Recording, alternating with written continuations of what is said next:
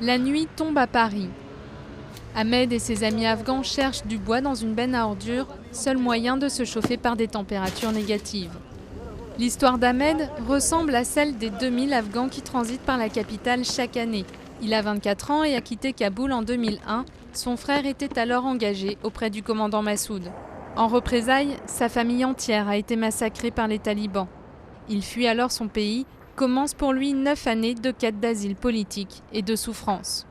Après avoir traversé le Pakistan, l'Iran, la Turquie, il arrive en France en 2005 plein d'espoir. Mais quand il fait sa demande d'asile, la réponse l'assomme. Année 2005, ils nous ont dit Afghanistan, il n'y a pas de guerre, il faut vous tourner chez vous. Votre pays, c'est calme maintenant, ils m'ont dit ça. Comme toujours, la vérité c'est cachée. Aujourd'hui, ils ne peuvent pas cacher parce que le monde ici, c'était la guerre, vraiment, c'était la guerre, c'était pas calme.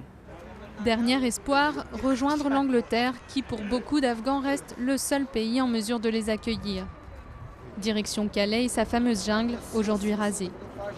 Dans la jungle, c'est pas comme en Paris. En Paris, on peut dormir dans les parcs ou sur la roue. À Calais, non, parce que les gendarmes ils viennent, ils tapent avec les gaz. Ils frappent avec l'épée comme on casse les bâtons. Pour Ahmed, comme pour tous ces Afghans exilés, la situation est incompréhensible. La France participe à une guerre contre les talibans que eux-mêmes ont fui.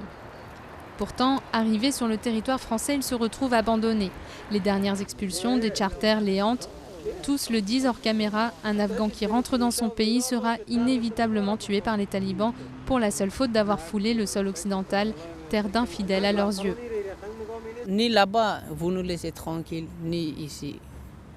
Quand les Afghans ils viennent ici, même ils sont vivants comme ça dehors, ils disent non, toi t'es mauvais. Ils l'attrapent, ils l'attachent, ils le mettent dans un avion, ils l'envoient dans sa pays.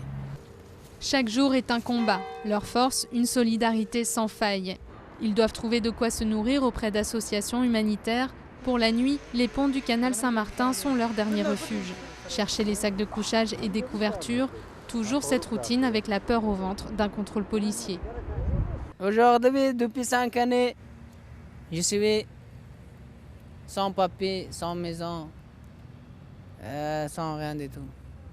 Là-bas, peut-être, ça sera une fois, je prends une balle dans la tête et je meurs pour toujours. Mais ici, aujourd'hui, je meurs tous les jours. Paris se réveille sous la neige. Pour Ahmed et ses amis, une difficulté supplémentaire. Les couvertures de survie distribuées par des bénévoles les protégeront quelques heures. Des heures durant lesquelles ils arpenteront les rues de la capitale dans leur errance devenue quotidienne.